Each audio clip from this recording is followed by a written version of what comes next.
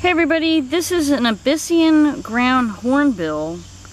What an amazing bird. I know we're shooting through the fence today, but I'm at the Sylvan Heights Bird Park, where they have between 2,000 to 3,000 birds, both exotic and also mainly known for their waterfowl conservation efforts. This is an amazing bird right here.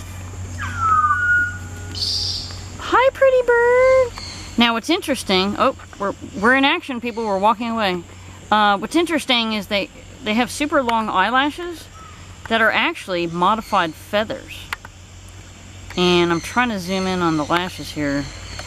Okay, we're gonna sign off live from North Carolina in Scotland Neck. It's Karen Martz.